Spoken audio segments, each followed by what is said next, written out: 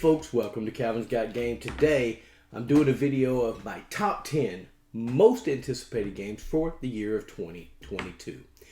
Guys, I hope that we have some great games coming out this year, and I think some of these that interest me might interest you, so I wanted to go ahead and jump out there and say, hey, these are the ones that I am interested in, and I'll give you the reason why. Now, I don't know a ton about these games other than what I learned from BGG or seeing on Kickstarter or other places. So that's basically just about what I know. So before I get started in that, let's go ahead and get you to hit that subscribe button, hit that bell, hit the like button if you like this video. And hey, at the end of this video, if you think there's something I left off that you thought might be a lot of fun this year that you're anticipating coming out, put it in the comments. I'd like to know. I'd like to check it out. So let's go ahead and get started with my number 10. My number 10 is Contra. Contra is a video game from back in the late 80s, early 90s for the NES and the Super NES. I really enjoyed Contra as a video game. Now, I don't know how it's going to go over to being a board game, but it says it's a cooperative dice chucking, fighting, deck building game. So those are some of the things that interest me. And because I already understand what Contra is about, I'm very excited for Contra to be here.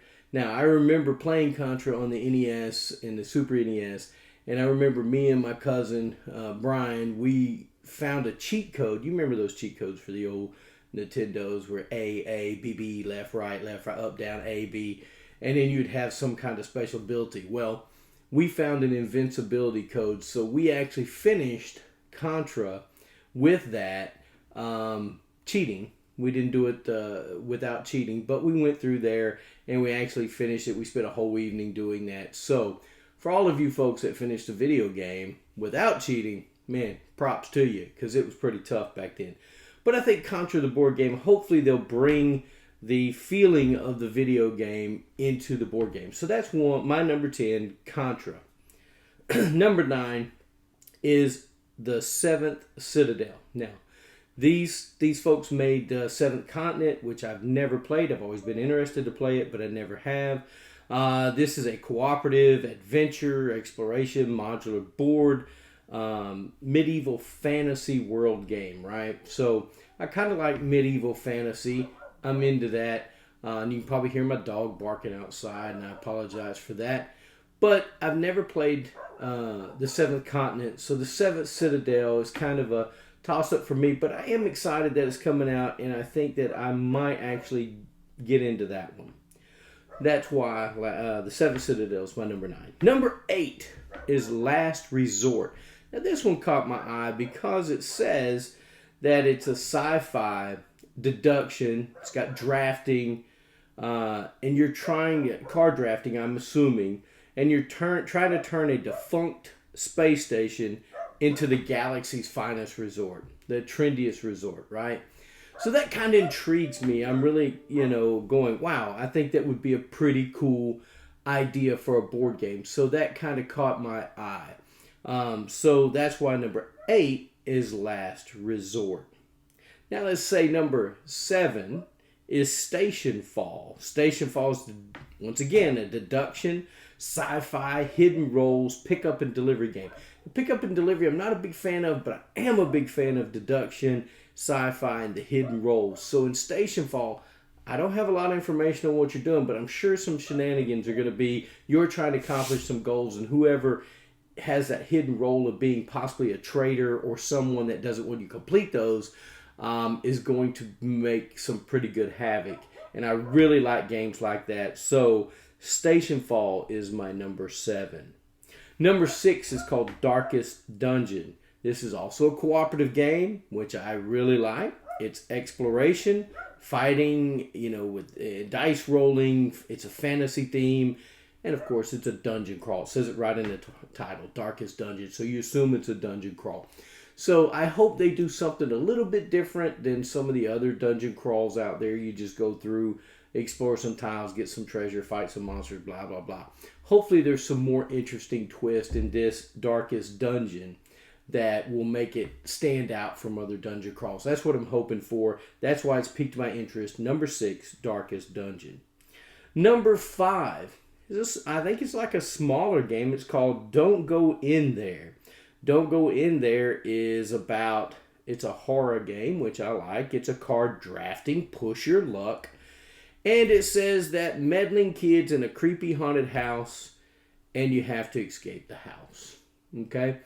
So at some point, you're in this house, you're really not supposed to be messing with things, and inevitably somebody messes with something, and bad things start to happen, and you need to escape the house. So I thought this, the meddling kids thing kind of reminded me of a Scooby-Doo kind of thing. I would have got away with it if it wasn't for those meddling kids and that dog, So it kind of piqued my interest. I hope that it brings some of that Scooby-Doo feel, as I was hoping Scooby-Doo Betrayal did. But that's my number 5.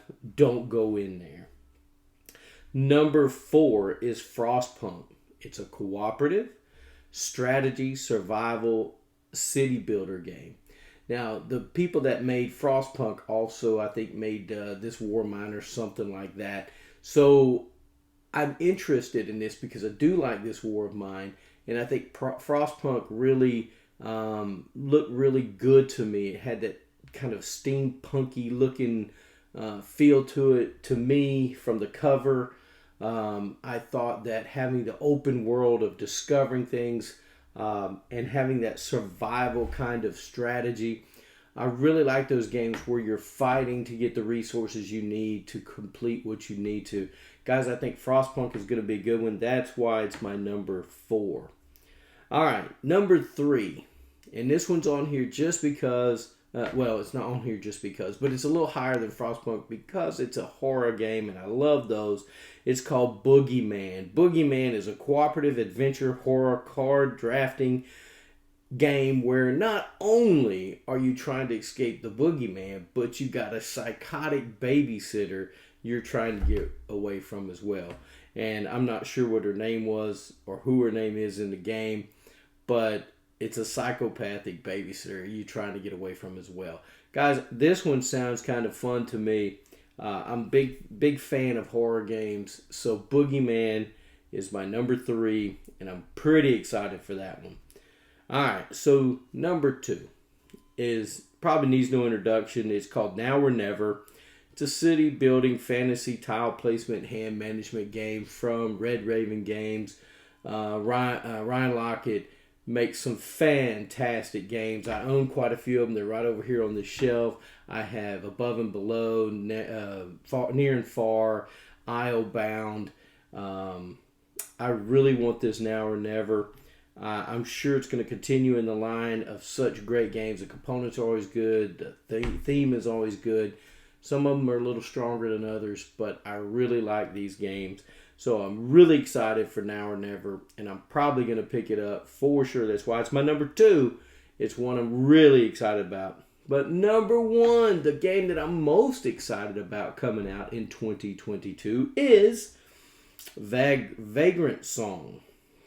Vagrant Song is a cooperative, adventure, horror, dice rolling, story-driven game.